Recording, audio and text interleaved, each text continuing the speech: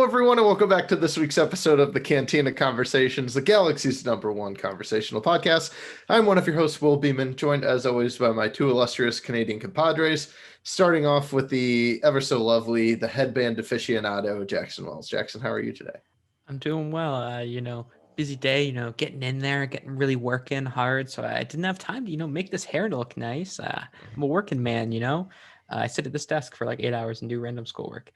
So I gotta keep the headband to keep that hair up, keep it flowing. You know what? Yeah, you can't have it in your way when you're typing. It makes sense. It's kind of looking good. This is my Sugar Pine 7 branded headband, RIP.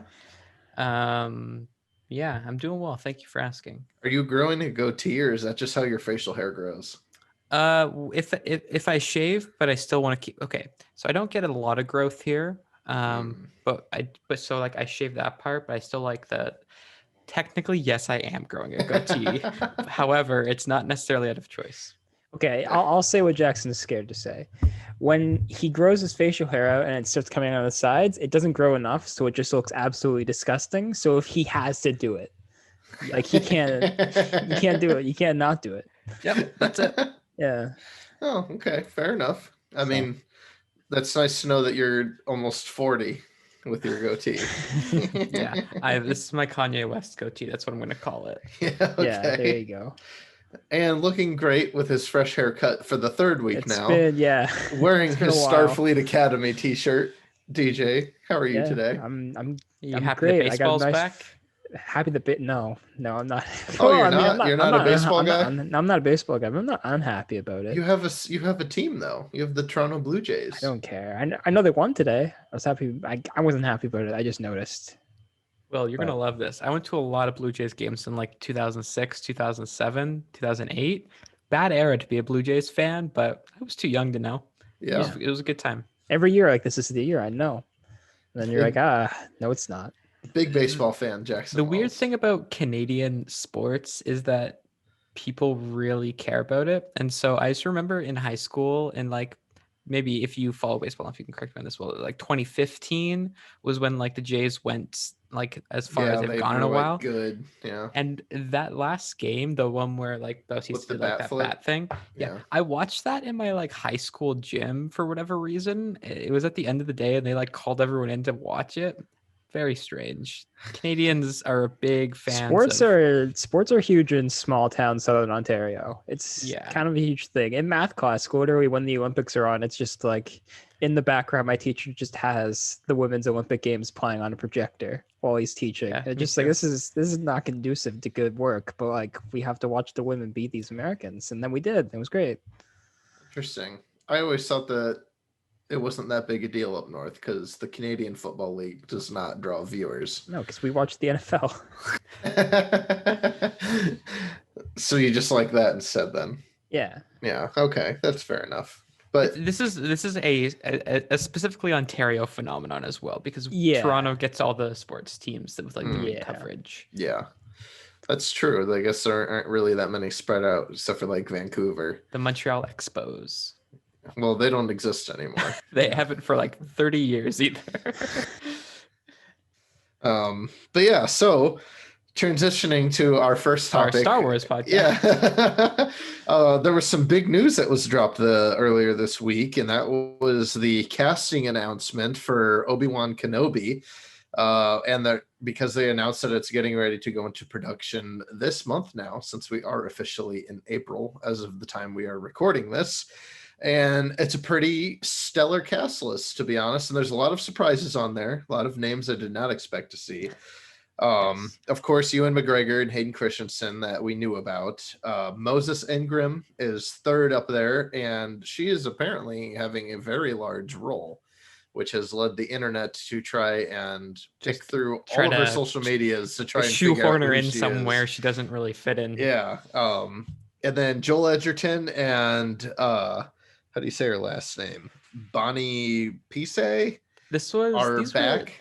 We talked about this like 2 weeks ago when we realized that she was a cultist or something like that. I can't even remember what we discovered. I can't remember either. Because But then it was that she talking... wasn't really one, right? It's something was weird about it. Yeah, but I just remember it was like a couple of weeks ago, and we were just like, surely they'll bring her back. What she got going for her? And then I was like, oh, she's still been in TV and stuff. And then I was like, she'll always come back for Star Wars.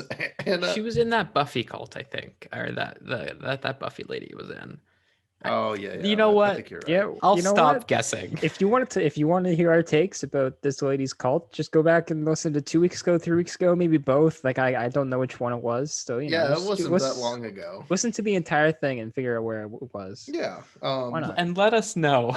Yeah, let us know said. which episode it let was. me know so I can tell everyone which episode it is. And some of the other big surprises was Kumail Nanjiani, who's kind of been blowing shredded. up. Yeah, he's shredded now. He hasn't really blown up yet because none of the things that he's been blowing up for have come out yet. Yeah, that's true. He got big off Silicon Valley and The Big Sick, and then Great movie.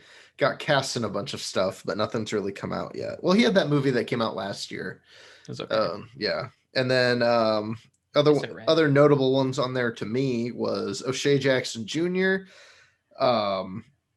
Sun Kang, who's most notably Han from the Fast series, which is funny that he's going to be cast in it. Everyone's saying that he has to be a pod racer, and I think they're just typecasting him. You think so? That's just people typecasting him. Yeah, like, he's going to be a cool racer dude. It's like, you've seen the Fast and Furious, and that's about it, isn't it? And then the big surprise to a lot of people, and probably to Jackson too, was the casting of Benny Safdie. Oh, you call me a film bro? Yeah. Yeah, the internet was ablaze seeing the casting of him in this show. A24 Twitter pop off. Yeah. I mean, he does act in some of their films and he's good in them. I don't think his role's going to be something that spectacularly large. See, here's the thing. But off the heels of Uncut Gems, and then we know there's going to be a pod race with this other guy, it just makes sense that he's going to be like someone that's like running the gambling scene of Tatooine. It's too much of a slam dunk. That does make sense. But there was a couple of people online I saw that were just like, does this mean we're going to be getting a Safdie Brothers directed episode? And I hate to squash some dreams, but unless they make an announcement, Deborah Chow is still directing the entire thing. Ooh, I forgot about that. I'm excited to see what she does. So any thoughts on the casting announcements here? Let's throw it down to DJ to start. Not particularly. It gave us like a little bit more insight to like, okay, this is gonna not be a show about Obi-Wan Kenobi just hanging out and like getting caught in people's front lawns. So like there's gonna be some stuff happening in this show. Because like I think a lot of people like from the jump were just like, he's not gonna leave Tatooine. He's gonna it's gonna be him moping in his apartment all day, all night. That's all this show is for 6 episodes. The WandaVision of Star Wars. Is like, no, this show is gonna go some places, I think. It's gonna do some stuff with Obi-Wan. So I'm excited to see what these guys are. Yeah. Yeah. This is gonna be the most prequel cast in a Star Wars property since the prequels. Like, oh yeah. I mean, the only competition is Rogue One with a total of 1 with Jimmy Schmitz. Mon Mothma's deleted scene from Revenge of the Sith. Yeah, you're right. We're not working with very much here.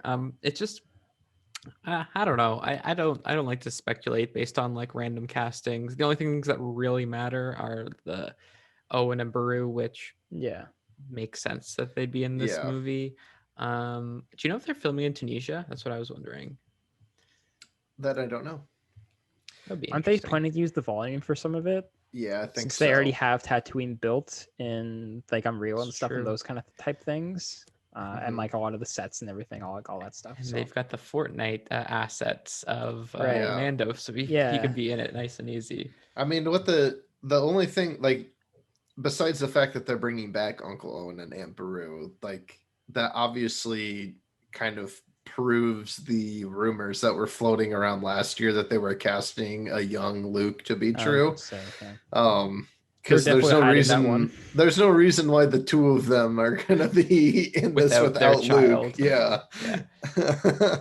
I wonder like if it will be a major role or something, or like I could see them being like, oh, Luke's inside. I'm like, he doesn't need to be there, but I don't know what role a young Luke would have. Really. I could just see him like Uncle Owen goes to a cantina to meet Obi-Wan and like just tells Luke to run off and play, and that's like his appearance. And then he force plays with like a little ball, or he picks up a broom, perhaps. Nice. Oh, he is not going to be a broom boy. And a lot of people too with this are hoping that with Hayden Christensen being involved as Darth Vader, that we'll get to be seeing some Clone Wars flashbacks with him as Anakin, which would be kind of cool, but I also don't really see happening that much. Yeah, that's one of those things too. I didn't put too much stock in him being like second build in this casting list. I still think he's gonna probably be a little less than he is more. I mean, shout out to the fans for willing him back into the Star Wars existence. They don't know what they're asking for. Yeah. DJ, were you gonna say something? I think Clone Wars flashbacks are definitely a possibility. Personally, I think that would be a very interesting direction to go, especially because Clone Wars is so big now, and like a lot of people that have not watched Clone Wars are going to watch this show because Obi-Wan Kenobi show, I'll watch that. Sure, I watched Mando, and they're going to be like, or even because of Mando, those people have watched it. Yeah, like maybe, or they're on the bridge to get there, and this would be another step further. Be like, oh, what's that armor he was wearing? Why is that a thing? And like, oh, there you go. Ooh, if we get live action Clone Wars Obi-Wan armor, that'd be cool. That's some good armor. That would be good. I'm just gonna. So a lot of people I saw online, because these threads end up delving into speculating on what the show is going to be about. A lot of people are trying to figure out how they are going to explain how Ewan McGregor looks like Ewan McGregor, and then looks like Alec Guinness in A New Hope. And my thought process is, since we've seen literally nothing from this show, not even a teaser image, as far as we know, they could just dye his hair white, and that would be how they do it. They don't need to explain it, because or they could just be like, "What? I don't know." Yeah, time comes for us all. Sometimes quicker than most. It's not a big deal. Right. Sometimes you get hit with your 50s. Yeah. But like, we've seen him look like that in A New Hope, and then he even looks like that in Rebels, which is before A New Hope. So in my head, it just seems logical they're going to make him look kind of like Alec Guinness, and he's not going to look like Revenge of the Sith. I feel like Ewan aged up. Yeah. He could get it, maybe. I don't know. Ewan's just too attractive for the role, That's like he true. just did it. He didn't age like they needed him to. He's still a perfect man. Yeah, he didn't wilt like a pumpkin like some people do. He just kept getting more attractive. Yeah. It's because of Botox. Anyway. Jackson, would you like to lead us on the adventure of the Clone Wars Arc we're on today? Oh, you're right. The Bad Batch trailer. The Bad Batch trailer. I kept forgetting about that. DJ, what are your thoughts about the Bad Batch trailer? It was a fantastic trailer. I think we're all in agreement. I think it just looks very, very good. Right. What were some of the specifics in the trailer? We saw Rex, which was cool. To finally know that he's coming back for the show. What role he will play I'm very curious. I hope we see Wolf and Gregor. I know how all that happens. I don't know if anyone else has any thoughts on that. I'm definitely feeling that. All I'm gonna say is I remember when we did the Disney Investors Call, you guys were like, "Oh, the Bad Batch, it's an animated show," and I was like, "This is gonna be sick." And I was right. Yeah, the show's not out yet. As the original fan of the Bad Batch, yes, I'm the original excited. Bad Batch. No, I was.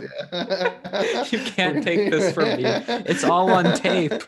Oh, that's true. Touche. But yeah, this trailer did actually sell me on the series. So now I'm fully locked in and ready on it. I thought it was kind of funny where I did kind of mean it a little tongue in cheek where I said the little blonde girl was Phasma, and then DJ ran with it. I did no research. I was just like, that makes sense. And then as soon as I like looked it up, I was just like, oh yeah, I've read this Wikipedia article before. Phasma comes from this other thing. It was in a book. Like this is, I knew all this, but I just like, kind of ran with it and did the tweet and see what happens. You know, sometimes the moment hits that almost makes it more confusing. It's like, who is this and what? You know what? Okay, hear me out. This could be crazy thought here. Maybe it's a new original character. Whoa. They can do that, right? It's Ray's mom. No, it's got to be Ray's mom. Yeah. That's why I said it's Phasma, because I was just trying to be like how they always try to say every character is somebody. I was just being like, oh, blonde hair, it's a girl, it's Phasma. To be fair, when you look at the two, you're like, maybe you can see it. Yeah, you can see that. That makes sense. It's Phasma's mom. There you go. Yeah, it's Phasma's mom. Someone's mom. Yeah. There a lot of Tarkin in this trailer too. Yeah, he definitely seems like he might be one of the baddies in this series. He could be the Grand Moff. Yeah, that'll be interesting to see. And then of course, Fennec, what's her name? And Ming-Na Wen, I know is the actress. Yeah, Ming-Na Wen's character. Yeah, she's also definitely in the show. They're definitely making her an anti-hero. Yeah. Which is cool. Very interesting. Because her character was kind of meaningless in the first appearance of Mando that she had. Shame. Yeah, I'm really excited to see. It just feels it like kind of feels like Clone Wars season 8. Yeah. In some ways. In terms of like this as we're about to talk about with these episodes, the kind of main thing going on with the Clone Wars is the Clone Wars, and like by extension, like Anakin and Obi-Wan are kind of a major part of that, but really like it's about like the war as a whole. And this kind of seems like that next step. Yeah, I think the reaction to this was like negative at the first because we all were expecting the Rebel sequel series, but now getting enough time away from it and like having that mind meld with Clone Wars right now, which is like, oh, like this is just a continuation of what they were always doing in the background anyways, and having more time to prioritize that, like the show should be great. By no feels like the Bad Batch as a group is both kind of like their own individual like thing, but also kind of like just a group to follow through these events. Like I think it's as much about what's happening as it is about the Bad Batch. Yeah, I think I would be more sold on the show though if I liked the Bad Batch arc of season 7 more. I wasn't completely in on those characters. True. I just wasn't as excited about those characters as I wanted to be, especially for a full TV show. But like, I have faith that they're gonna sell me.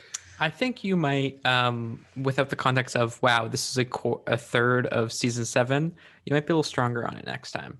Yeah, that's true as well. Because like going into season 7, like everyone was just like, it's Revenge of the Sith rewritten. Let's do it. And that was obviously not true. And I think that kind of led into some of the negative reactions to the first couple arcs of that show. But I think the Bad Batch arc is great.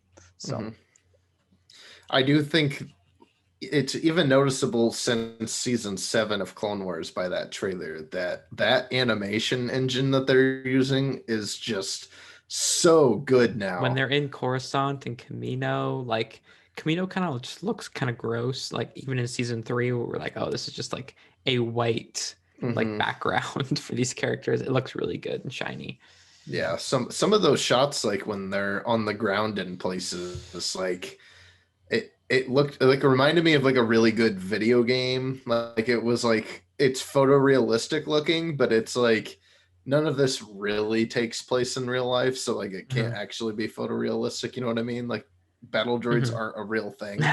So like it's as photorealistic as it could look. But I mean, that animation quality is just so spectacular. Yeah. I hope they continue to use that for many series to go. But yeah, I'm really excited. And when it comes out on May 4th, it's going to be a 70-minute premiere episode. Was the most shocking part. Yeah, that's basically a feature film that they're starting off with. Yeah. I'll take it. So I wonder if it has that kind of vibe to it. Like, I wonder if almost like you could tell your friend that's like kind of into Star Wars, but hasn't watched anything, and just like, hey, go watch the Bad Batch feature film. Like, I wonder. I don't know. Yeah, the Bad Batch movie. Yeah. I hope it feels like a Vietnam film. Probably. Oh, Star it Wars better loves have its war, so. CCR in it. Yeah. Yeah. Did you know that Star Wars is a Western? You know that Star Wars is a war? It's crazy. That's funny. Yeah, very much looking forward to that though. That'll be good. Yeah. You ready now, Will? Now I'm ready. Sorry. Yeah. Amazing. I'm tired. That's my excuse. No worries. So this week, we're going to be covering like a full arc, and it is a meaty arc to say the very least. One of my personal favorite arcs in the series. I will say that at the very least. So today we'll be covering, since they're kind of all the same, we'll kind of be covering them as a group. But overall, it'll be season 4, episode 7, 8, 9, 10, and 11. That's 4 episodes, is it? I don't know. I'm really bad at numbers. Up to 10. It's 7 to 10. Yeah. Really bad at numbers. They were released. The first one was released October 28, 2011, and then, followed through the weeks. When I was 21. Yeah. Oof. All episodes were written by Matt Michanovitz, who goes on to write the Bad Batch arc in Clone Wars and then a lot of Rebels, and he will also be writing the Bad Batch. In great hands, in my opinion, in terms of writing clones. The first episode is directed by Stuart Lee. The second one, for whatever reason, is directed by someone else, Walter Murch. And then the last 2 episodes are directed by Kyle Dunleavy. So what I'm gonna do here is these are really meaty episodes, and there's 4 of them, so I don't want to go like beat by beat through each of them because otherwise we'll be here forever, and we can't beat our Last Jedi time because we've got to keep that at the top. So I'm not even going to start off reading the summary because it's not really useful. But basically what's going on is we land on the planet Umbara with Anakin, the 501st, and then Obi-Wan as well. This kind of starts off weird because they're like, we need to take over this planet. And it's not like the droids are here to take it over. It's just the people of this planet don't want us to. And I'm like, this doesn't seem the same as what it usually is. Yeah. It's just a little bit of fascism. It sounds like we the baddies here? And let me tell you, that question's certainly asked in this series of episodes. Yeah, I kind of wish there was like a little thing at the beginning where just like someone sends them off instead of them just like walking up and like, we got to do this. Like, I kind of wish there was like a thing from Yoda being like, you guys should do this. Or a thing for Palpatine even, where you guys should do this. Like, to kind of give it that vibe. Well, the first sentence here of kind of the summary is that aboard the ship, Anakin and Obi-Wan discuss their attack strategy against the Umbaran capital, which is defended by both Confederate and local militias. Seems like you're invading their planet. Yeah. Anyways, important to note here is that we didn't cover this episode, but technically our good friend Echo has unfortunately died in an episode previous to this. So it's just our buddy Fives who is left of Domino Squad at this point. Our video listeners are getting a little treat there. So check out the video if you want to see me winking very clearly to suggest that maybe that's not true. But anyways, yeah. Basically, they go and they attack. This place is kind of sketchy. It's dark. It's foggy. Looks really good. Like, this is the first time. Even like season 3, I was like, yeah, this looks good. This here looks very good, though. They could very easily like kind of just make it look ugly and dark, but I think this also actually like makes the tension a little stronger throughout the set of episodes because it's just dark the whole time.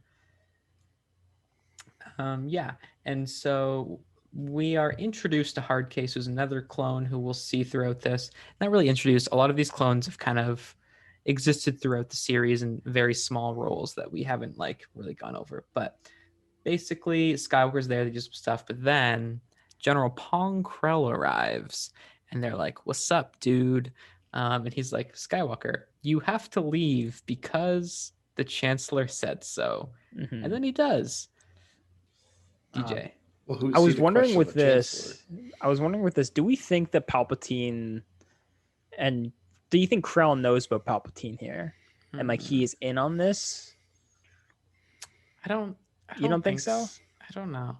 I was confused because he says it as if like, okay, like does this guy know? But like I don't know. What's he doing He here? could. Yeah. Yeah, I don't know. Well, I thought it, and then by the end, I was like, no, because he has this like speech where he's like, "Oh, I'm trying to get in," like kind of thing. Yeah, but I don't think he knows really. That seems like a very closely guarded secret. Yeah. Yeah, and this basically like starts off bad from the beginning. Rex is kind of this is Rex's arc, really. Yeah. He's like, well, time to work with Paul Krell, and the dude is basically just like a dick to him from the very beginning. Very notably, he refers to all clones by their unit numbers as opposed to their names, which is something we've already talked about in this show. Will, you didn't like when he did that? Made you sad? No. Yeah, I thought that was a good way of showing, just in the context of the arc reviews that we've been doing, how important throughout the series the clones get to their name, where when they are being called by just their clone call sign, it feels dehumanizing to them. So like they form their own identities and their own wills, as well as having a name on who they are to make them unique. So that's like a really good way of like a bad guy trying to make a power move, basically. Yeah, it's so jarring too to like a viewer. Like, I didn't even know Rex's like user number like before this. And here's the thing too, like Krell doesn't know that off the top of his head either. Is the thing, like Krell looked this up. That is, he has receipts. He's like that dude who is like, I'm gonna figure this out and I'm gonna do it to you. Like I'm that much of a dick.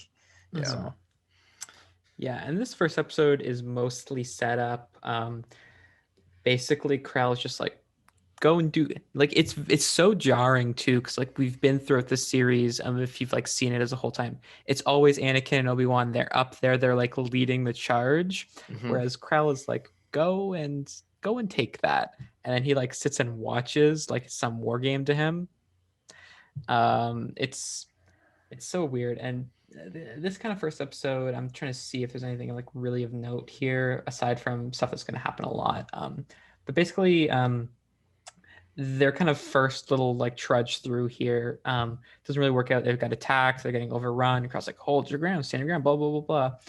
And then Rex and Fives like very specifically like stand up to him and protest. Whereas Krell is just like, well, no, just keep going, keep fighting. And Fives is way more protesting than Rex is. Like Rex is like definitely like still trying to like be the bigger guy here, trying to be like, okay, I have to rein this one in. But Fives and the other clones are like, no. Like they're so far out from the jump, and it's more the episodes become more about like Rex realizing that himself, that he needs to move on from his like stature here. Well, and Fives being so independent on his own already is kind of a good foreshadowing for what becomes of him as a trooper in his own right as well. Yeah, where he isn't afraid to investigate and take things up on himself. Yeah, it was cool to see him promoted too at the start of this episode. He has like the new armor and everything. Like, oh man, we've been with this dude for a while. He looks cool. Yeah, I like to. I think it would have been really easy. You go. I was just gonna say, I think like if this show for some reason ever gets like 1,000 YouTube subs, DJ should get the 5 tattoo on his head. No, I'm not getting it. I'm not getting a tattoo. Oh, that's good. That's good.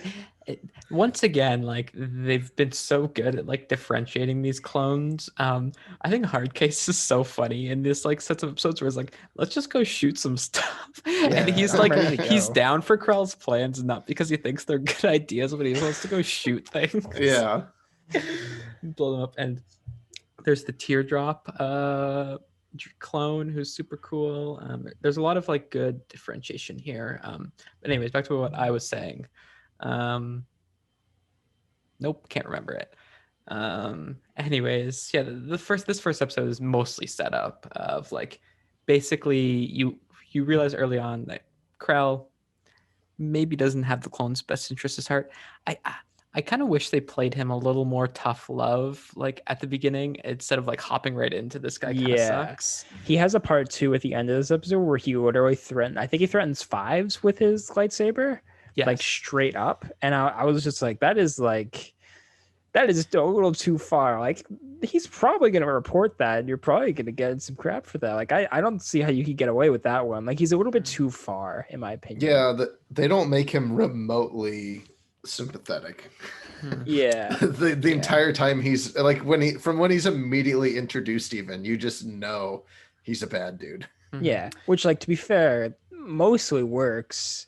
Because you hate the dude. Like, I hate this guy. But it's also some of them at times I was just like, no one's actually gonna act like that. Like, this is a little bit too far. It's interesting too how, like, I think with Rex it kind of walks a fine line, because like I understand why he would want to be like, okay, we've got to work together with this guy here and kind of pull things together. But at certain points he's just so like Krell's just like so too much. I was like, Rex, buddy, like you got to pull back here. And he eventually does, but I think they do walk that line pretty well, where it's like, okay, like, yeah, like he's not like telling them to go like kill each other. But I think this is like really great work here in terms of like writing and direction. It feels like, I'll probably reiterate this like when we're done talking about like what's happened, but it feels like a war film in like a serious way.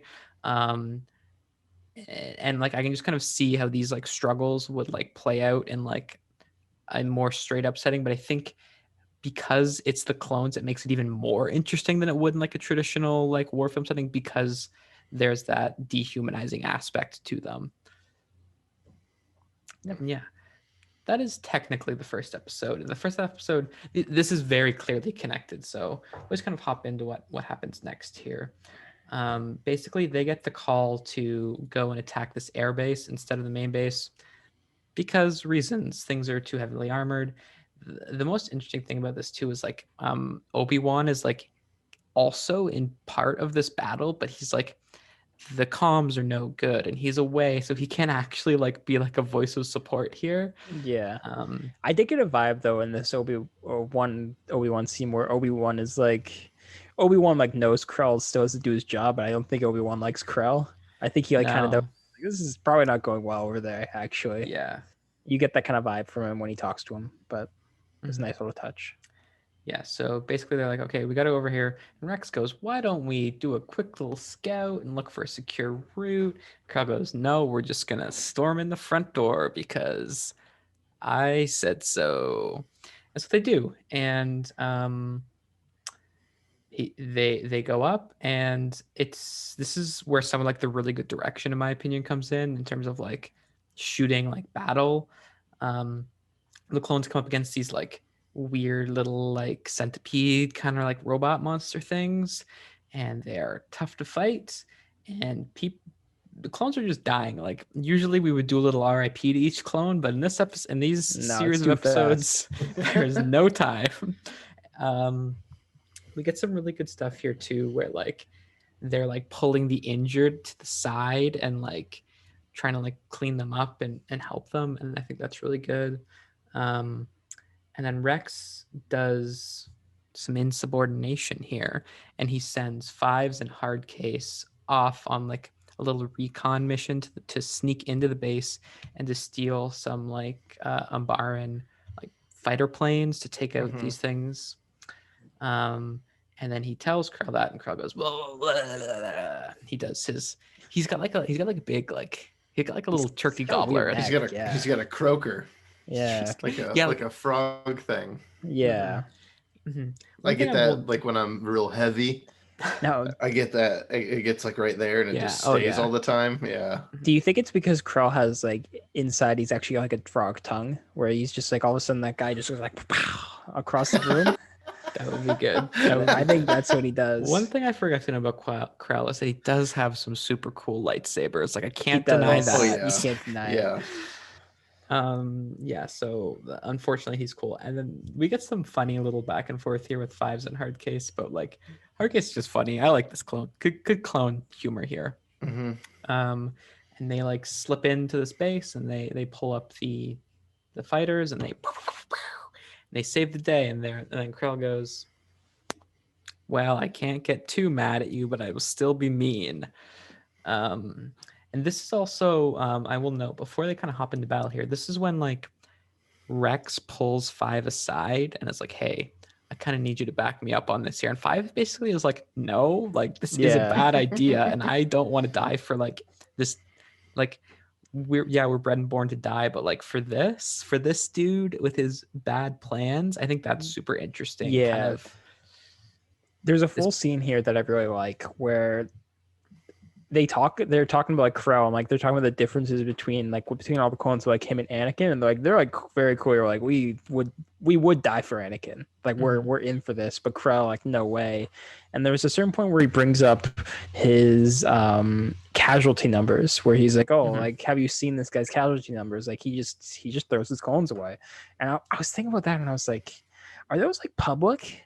Like, could a clone just look up and just like, how many clones does this Jedi killed? Like, this is like very strange thing that they can talk about here, but it's effective to like bring out like all these kind of elements to his character and how they differ, and how Fives is like coming to the point where I'm like, I'm not doing this anymore. I'm like, it's all good, but I was just like, how is that public knowledge?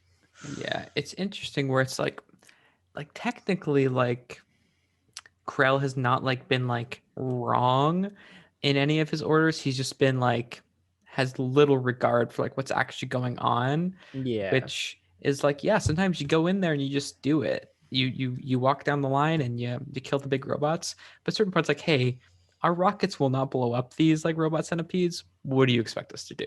Yeah, I think it does help too to kind of make Rex's arc here make a little more sense, where he's like, okay, like he does get results, like at least it's not like he's totally being an idiot, even though he is being an idiot. Yeah, so. And there's this tough point where it's like, I want Krell to be wrong and for his like idea of just running down to like not work, but I also like want the clones to overcome and prove that they're like possible. But those two things are like at odds with each other, where if they do succeed, Krell is like, what did I say? Just go and do it. Yeah. But it doesn't really work out. Well, how are you feeling so far? I'm feeling, I got distracted. I pulled up the director's bio. Did you look into that at all? One of the directors directed some Oz movie, didn't he? Yeah, it's this guy. It's Walter Murch, and it's this episode is the first thing he's directed since he directed Return to Oz, which he was briefly fired from, and then George Lucas and Coppola convinced Disney to rehire him to finish the film. What? But he worked with George on THX 1138, American Graffiti, and edited his Apocalypse Now when he was still working on that. Wow. So he's like a longtime George Lucas buddy, but like came out of 30-year retirement to direct a Clone Wars episode. That makes sense. Yeah. You know what? If you want, this is probably the most war film like these 4 episodes get. I guess the guy's sense. Got the pedigree. Yeah. Lucasfilm. So I just thought that was interesting. Sorry. What an organization. So yeah, the episode kind of ends where they've like a little bit of a denouement where they've taken the space, and Fives is like, well, this is bad. This guy sucks still. Yeah. And then they kind of move on. But you know what? Hard Case and Fives, they really pulled through. So then we're kind of moving on to the last 2 episodes, which I think are probably the best of the 2. I think the last one's the best. I think these get progressively better in my opinion. So yeah, this one, they get another call from Obi-Wan, and he's basically like, hey, we need you to, and then he like falls apart. He's like, and then Krell's like, you know what this means? We need to just go take the city because we need to. Yeah, which is like, I was so mad here because I was just like, he says something where he's like, oh, they're jamming our comms. There's no hope. And it's like, actually, we were getting words in just now. Like, I think there's hope to talk to him. Like, you're just shutting him off because you don't want to hear what he has to say. Like, this guy's just, he's terrible. I hate this man. Yeah. And someone we haven't mentioned yet is Dogma, who just sucks. Great clone name though. Good Clone name. He's got a cool like V tattoo. It was very easy to identify him. Yeah. But come on, man. Talk about a simp for your job. Complete bootlicker. Here's the thing: is everyone knows a Dogma too. Yeah. Like at your place of work or in some other Where situations. They're like, well, he has to do a lot of stuff too. Technically, he is our boss. Yeah. We should do what he says. Yeah, Dogma is just like kind of being annoying. Dogma's like, oh, I love Krell, but especially Fives and Jesse are like, I think this dude maybe not. And basically, Obi-Wan is like, hey, we can't take the city because they have this artillery ship like in the sky helping them. And Krell's plan is to just take the city anyways. Which is, I'm no military tactician, but it seems like what Obi-Wan was saying was that they shouldn't do that. But yeah. And so basically, Fives, Hardcase, and Jesse are like, hey, we already flew these planes that are Umbaran. What if we just go up there and, take out that ship?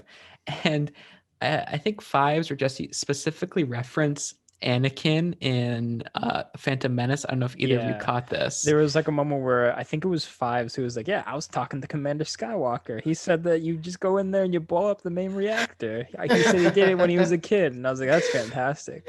Like, could you imagine though, like Anakin, like they're on the ship and they're just, waiting to get to the next one. It's like, hey, let me tell you a story. They're drinking. Yeah, I imagine they're drinking. And Anakin's like, did I ever tell you about when I was 5? Yeah. He tries spinning.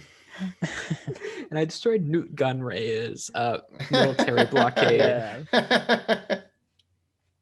Anyways, so believe it or not, Krell doesn't love this plan because he can't waste the clone resources, which is the most ironic thing he's ever said. Very annoying. But essentially, basically, they just decide to do it anyways. And this is kind of when Rex has his like turning moment where he's like, okay, I've got to like be low key about this, but I also want to like not deal with this dude anymore. Yeah. And there's a really good scene where there's like a joke scene where they're trying to like get these things to work and it blows up and then Krell pops up and they're like, oh, there was a malfunction. Yeah. He goes full Han Solo episode 4 where he's like, I don't know what's going on. What's, just doing that. How are you? Yeah. Good stuff. But then more seriously, Fives, Hardcase, and Jesse kind of like rendezvous with Rex the night and they're like, hey, we're going to go do this. Are you going to get mad at us? And he goes, wow, what if someone did that? Uh-oh. He kind of does the thing that we're like, your boss has to be like, oh, whoops, didn't notice. Yeah, it's reminded me of the scene in the end of The Deserter where he's like, I'm not going to say anything, I think. Right. Yeah. Yeah. Which, is a pretty key point of his like arc. He turned at this point. Yeah. And then good old Dogma is like, you know what I should do? I should go tell General Krell. He wakes up in the middle of the night. Yeah, I should be the snitch. And then, this man absolutely set an alarm for 2:00 a.m. just to check. Like he did not he did not out of randomness wake up and look over and be like, hang on. He knew. I believe it was Tup who joins him, and then Rex catches him on the outside and is like, hey, any issues you want to tell me about? Yeah. And then they just turn around and leave because I guess Doug was scared of Rex. But now things get serious. But before things get serious, there's some good droid humor I want to call out. We haven't seen a ton of droids in this arc. But basically, Hardcase, Fives, and Jesse get up into the kind of main ship, and the droids are like, whoa, those were clones. Good droid humor. And then they kind of close the blockades and they get to the main reactor, whatever, and it's blocked. And then our boy Hardcase is like, you know what I love to do? Blow stuff up. Yeah, he does. And he, with his dying breaths, he's like doing it for the 501st. Go live to fight another day. And he stays back, blows up the thing, and then Yeah, he has to sacrifice himself for it. Yeah, it's very sad. I guess you could say for him it was case closed. I hardly laughed at that. Well, there it is. This was a good ending, and then you see, this is what I wanted for 99. Do something heroic too, you know? Oh, here we go again. DJ with his 99 slander. Did you see our tweet blow up giving love to 99? You're on the wrong side of history here. I love 99. I just think he made a very silly decision that got him killed. I think he could have made some better decisions, you know? And so basically, I'm sorry the deformed clone didn't make the proper decision for you, DJ. It's okay. He was half baked. So yeah, and then just the worst possible thing happens. They get back, and Kyle's like, you know what I should do to reward these two clones for their initiative? Court-martial and execute them. He's not even fully on the, because he says it's like, oh, I have to court-martial you, I have to do the paperwork, I have to send you back to thing, and then he's like, actually, the comms are jammed, I just have to execute you myself. And I was just like, dude, that is not how the process works. Like, you were just executing them because you want to. So yeah, so that's kind of where that episode leaves off, and it takes us to the last episode, which is very rich in terms of discourse and discussion here. So this last episode, Carnage of Krell, fantastic episode in my opinion. But essentially, this episode, before I start talking about it, also has a lot, like, it looks very good. There's a lot of great visuals in this episode. We'll talk about that. Captain Rex meets Krell and was like, hey, maybe don't. And Krell's like, nope, these two are traitors who will inspire others to rebel against his command. Therefore, claiming he doesn't have any more time to waste. And the worst part about this is that he makes Rex organize and like set up the execution, and then just like watches it from the tower above. It's really bad. Yeah, he's very naive in this part. They're just like, they're gonna do it. No question, they'll do it. Yeah, and then kind of they set things up, and they're basically like, ready, aim. And then Fives, I don't have the words in front of me, but he gives this really great speech that's basically like clone rights. Which you love.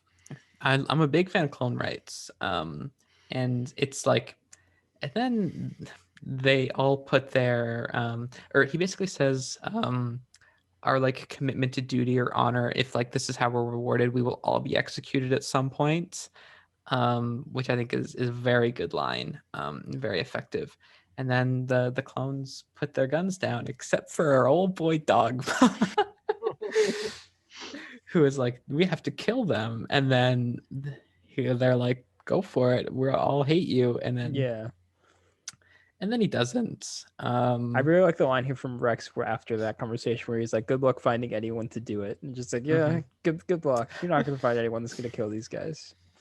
Dogma gets himself, that nerd gets shoved into a locker when he refuses to step down. Yeah. And then basically the Krell's like, hey, Rex, what's up? But before he can like really just continue to be evil, he's like, oh, but actually you've got to go and to this position and fight these people. But watch out, because the Umbarans are dressed up as clones to kill you. And then they all go and they start fighting back and forth. And it's like, oh, they are dressed up as clones to distract us. And then Rex gets a glimpse at one of the dead ones. And sees underneath the mask that it is in fact just clones. And then there's this really great scene. Kevin Kiner, my man, comes in here and he's just playing those strings. And Rex like runs down the field and like waves. He's like, it's clones, we're clones. And then this is so good, this part where he like grabs one and like pulls off the helmet, and then it like cuts to someone like getting ready to snipe them, and they're all like, whoa. Yeah. This is a really great scene. It's like so like devastating too, because honestly, I think half it's the music. I think this is some of like Kiner's like best work. And And then they're like, this sucks. I don't know what else to say. Yeah, they were killing their brothers and didn't even know it. And then when they realized it, they're just like, man, we really are programmed to do nothing but take orders. Yeah. And there's the scene where Rex finds the commander, and they're like, once he figures out just like, oh, Krell did this to us, like they are so pissed. I love this energy. Yeah. They're just like, I'm ready to kill this man right now. Yeah, and then they have kind of like an impromptu like official meeting, and like Rex is like walk back and forth. He's like, hey, yo, this dude committed treason. We're gonna go in there and we're really just gonna mess him up. Arrest him. And he's like, anyone step back if they don't want to, and no one steps forward, not even that snake. Dogma. That snake. I will say though, these clones have worked with Jedis before.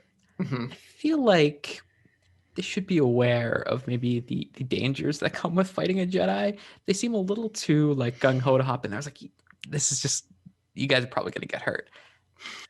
I don't know. They haven't seen Krell fight though, is the thing. So like maybe they're just like, oh, he's just an old man. He's got 4 arms. Yeah. Yeah, so they return, and then they let Five suggest out, which is good because like yeah, let them out. And then Krell basically says it's treason then. So funny. And then proceeds to just destroy most of them. He also calls them insurrectionists at one point, which is funny. Yeah, and he does some real good dehumanizing here. He's like, hey, you guys are like nothing, and like you think you come in here and fight me. Oh, and this is my issue with this arc. Is Krell is not just a bad Jedi. He's just a guy who wants to show off to Count Dooku by killing as many clones as possible. And I think that's a misstep.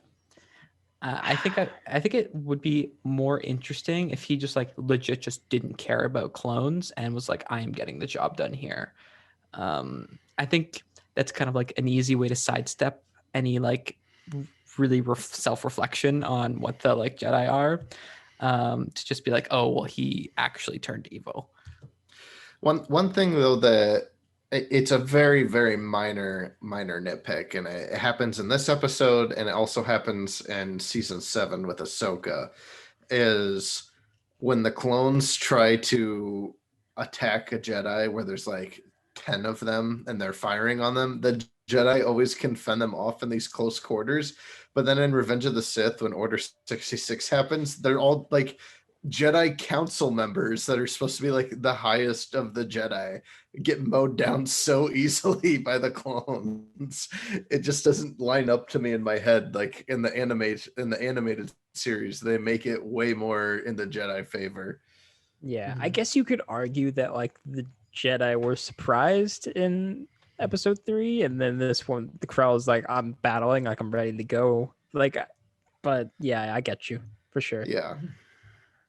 I don't hate that Krell is just like kind of just simping for Dooku here, because like I kind of like it in the sense that it's like, oh, like he was a Jedi, he was a good Jedi at some point, and like he kind of got turned by like the failings of the Republic, and maybe he's he just also kind of racist, like has a vision of the future where he sees like he kind of sees the Empire in some ways, and he's like, oh, I should get on that. But he's also just like also terrible, because he's also just like straight up racist to clones, and like that's his whole thing, which is like works for the episode, but I would have liked something a little bit deeper, I think. Yeah, I think it would have been interesting to explore like all the Jedis love the clones and really care about them, but I think it's reasonable to assume that some of them are just like, these are just tools for us to win this war. I don't think it breaks this group at all though. No, yeah. And then we get, this is my favorite part. This is when Dogma gets like dogpiled by all the clones. That's so funny. And then they go in and they do trick him. They do end up getting him. And this is when he has his little like villain monologue where he's like in the jail and Rick's like, how could you? And he's like, oh, I'm simping for Dooku and I really want to kiss him on the mouth. Which is weird because like even in this show, like Dooku's just not a good villain to me. he just doesn't really do much. I love Dooku. Yeah, I would agree. I think he's cool. I like when he fights in his jammies in that one episode. Oh, yeah. But yeah, and then this is when things get kind of nuts. Rex realizes that Krell has just been like feeding them misinformation, and Obi-Wan has already taken the capital.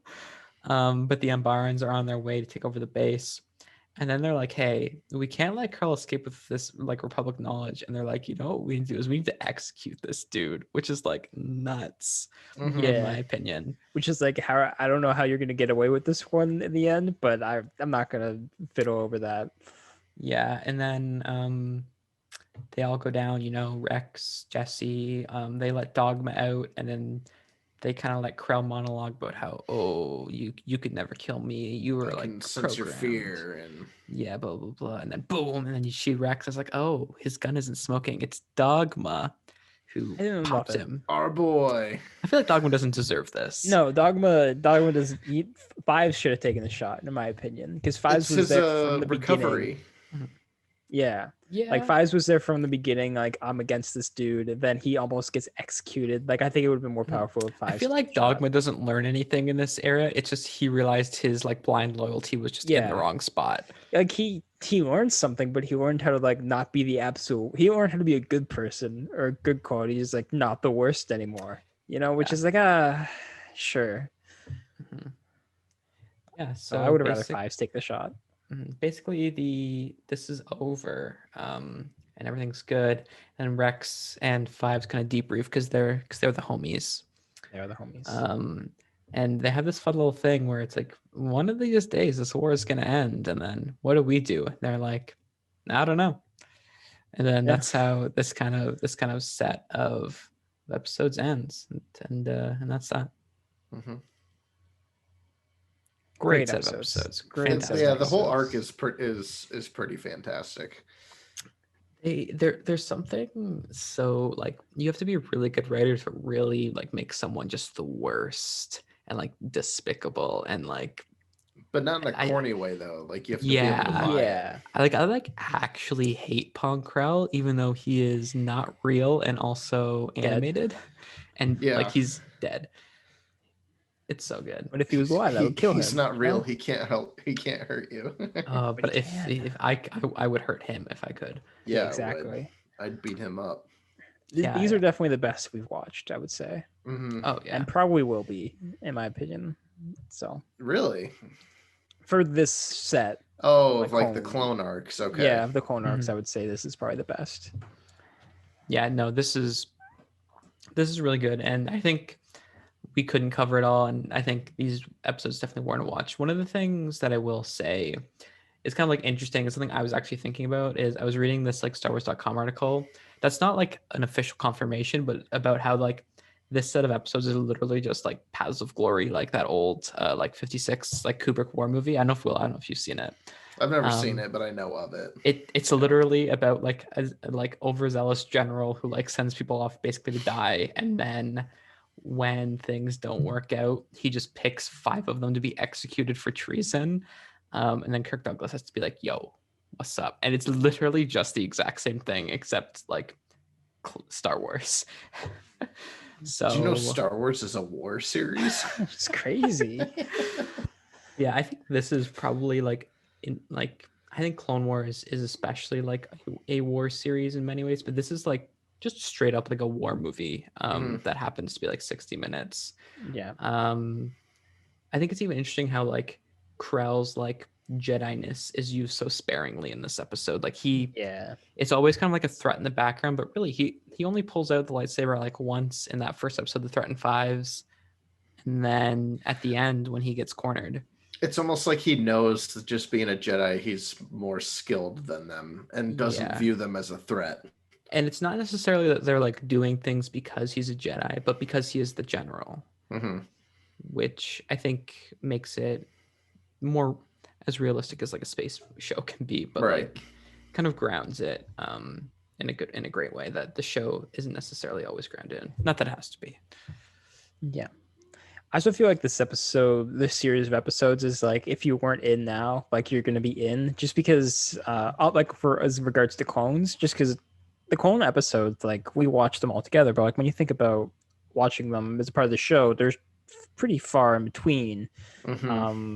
And there is some little stuff sprinkled in. Yeah, it's all in the sprinkled foreground. But yeah, like this, bringing this into the foreground and doing this final arc is like, this feels like it's everything that we have been building to for 4 seasons, and we'll again be building to with Bad Batch. Like I think this was always where they were kind of going. So one thing I will say that is me spoiling the end of Clone Wars that I forgot about is Jesse, I think, plays a really interesting role in this episode where he's literally just like Fives and Rex don't really feel like right-hand man, because Fives is kind of like a free agent in some ways. Like Jesse's the right-hand man, and he's like the one who's like, hey, maybe we shouldn't be following these orders. And then at the end of Clone Wars, he's the one who doesn't like on 66's brain and like turns on Rex. It's very sad. On 66. It's sad. Yeah, these are great episodes. I really enjoyed watching them. I watched them last night, sat back, ate some cookies, and I was like, man, I'm eating into these food too. Cookies. That was your takeaway? Yeah, I don't have anything much else to say with these episodes. I would say if you were just listening to this show and you just want to hear what we think about it, you got to watch these episodes. Yeah, rewatch. Oh, definitely. Mm-hmm. And watch them all in a row too. Don't divide them up or anything. Just take out 4 episodes worth of your time and just binge them all together and watch them like a movie. It'll especially be good to watch before Bad Batch, I think, just because like it's the same creative team mostly, somewhat. So they definitely will make sense. Yeah. I will say I'm trying to see if there's any specific episodes about this dude. He wrote some before, but he wrote the entire Bad Batch, and he wrote the Ghost of Geonosis episodes of Rebels. If you remember those ones, which is a lot about that. Trying to see if there's any ones that I really remember. The Lost Commanders, which is actually the episodes where I believe Rex comes back. I would assume based on that title, The Lost Commanders. Yeah, that sounds right. He wrote for Fallen Order too. Interesting. Oh. Okay. This guy's a Star Wars guy, I guess. Yeah, he's a big Star Wars guy. Star Wars, I guess. And Crawler, he wrote a lot of episodes. He actually wrote quite a few episodes of Rebels. So yeah, this dude knows what's up. Thank you to this dude, I guess. Matt Michenovitz will be keeping an eye out for you. Thank you, Matt. Oh, he also wrote the Son of Dathomir episodes that got broken into the comic. Oh, okay. That's cool. Okay, yeah. He didn't write the comic though, right? Like that was all adapted. It was an adaptation, yeah. Yeah. It was someone else that wrote that. Adaptation. He's also writing several episodes of Bad Batch, the show. He wrote the Cad Bane Boba Fett stuff too. Man, this guy got robbed in season 7. Yeah. What? He's getting his revenge with you know what? What if his involvement in Bad Batch is bringing back the Boba Fett Cad Bane thing? Ming-Na Wen is a bounty hunter. Yeah. That could be interesting. Maybe we'll see, especially because Boba Fett is becoming more in the mainstream again. Maybe we'll see some early era of Boba Fett, getting a bit older by the end of the war. He's 16 and he's like, can I fit in this armor yet? That kind of thing. Yeah. He wrote another 4-episode arc with the Bad Batch and Yoda on Kashyyyk that was not finished before the series cancellation. So Bad Batch was going to have more than one arc in Clone Wars originally. I wonder if that's probably going to be visited again, maybe. Somewhat. Well, they won't be able to meet Yoda on Kashyyyk. No, yeah, I know what you know what I mean. Yeah, could be. That'd be this dude, Matt Michenovitz. He was the head writer for season 4. That makes sense. His picture, he looks like a guy that'd be the head writer. Yeah. Anyways, I think these episodes are also indicative of maybe what we'll see in Bad Batch. So if that's the case, all aboard. It's gonna be good. As the original fan of the Bad Batch. Exactly. Jackson just got on. Okay. One more thing and then I'm done. The reference for him writing for the Bad Batch is an Instagram post where someone commented, "You write in any of the episodes, Matt?" And he responded, "Yep." So we don't know that he's writing out everything. Is that the entire source? Yes, I assume he wouldn't write the entire That's not really how. That's what you said earlier. Any is good though. No, I said he wrote some episodes. Okay, that's so funny. But isn't Filoni not working on Bad Batch at all? Isn't that correct? I think that I want to say it's the people that did Resistance that are overseeing this, or who took over from Rebels, because Filoni didn't do all of Rebels, didn't he? We oversaw it at least, right? I don't think he was supervising director of like the last couple seasons though. Really? Okay. I can't remember. Anyways, this Yeah, guy's these are- involved. It'll probably be a lot of it. There you go.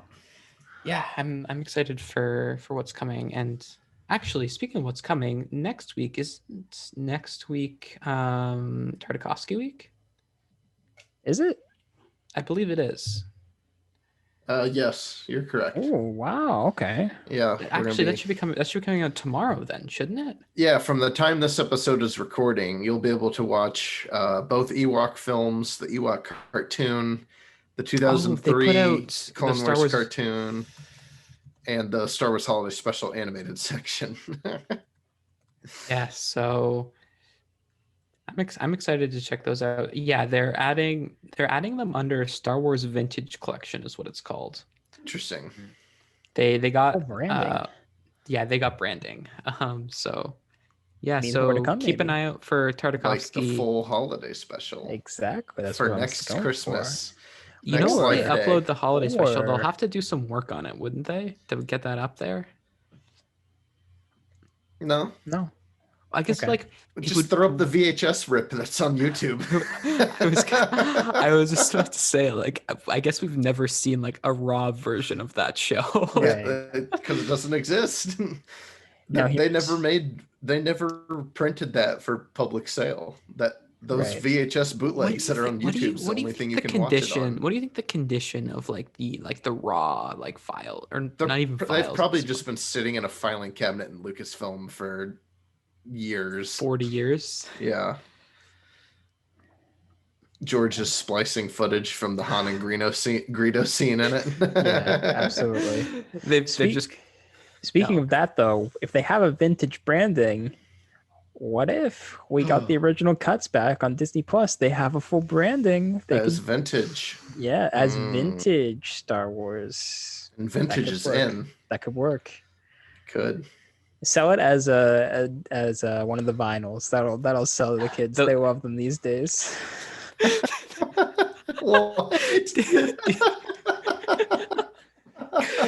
I'm just joking. Don't worry about it. Give me my vinyl copy of the original cuts. Exactly. That's what everyone wants. The original cuts on vinyl. Release the Lucas cut of Star Wars, and which is something you actually don't want because the Lucas cut was bad. I want the 4-hour cut of Revenge of the Sith. Is that a real thing? I think it might be 3 hours, but yeah. Man, we'll get there one day. But yeah, we will be talking about Tartakovsky Star Wars next week is what I wanted to like clarify. Excellent. So get out there and watch it. If you don't have Disney Plus, it's also just on YouTube. Maybe not anymore. Maybe they'll start cracking down on that stuff. Yeah. Maybe. Okay. Anything else? Closing thoughts? Anything? Not for me. No. All right. Well, DJ, where can they find you at online? DJ_Gillard on Twitter. And Jackson, where can they find you? As always, at Jackson W. Wells. I want to give a shout out to my friend Ryan. He just got a $400 million film deal. Good for him. What? Oh, Ryan Ryan Johnson. Johnson. Yeah, Oh, okay. I was gonna say, yeah. You can find me on Twitter at WOB, and you can find the show on Twitter at Cantina Convo. Go ahead and let us know what you thought of these episodes of The Clones, and if you haven't yet, make sure you say "nice haircut, DJ." Until next time, may the force be with you.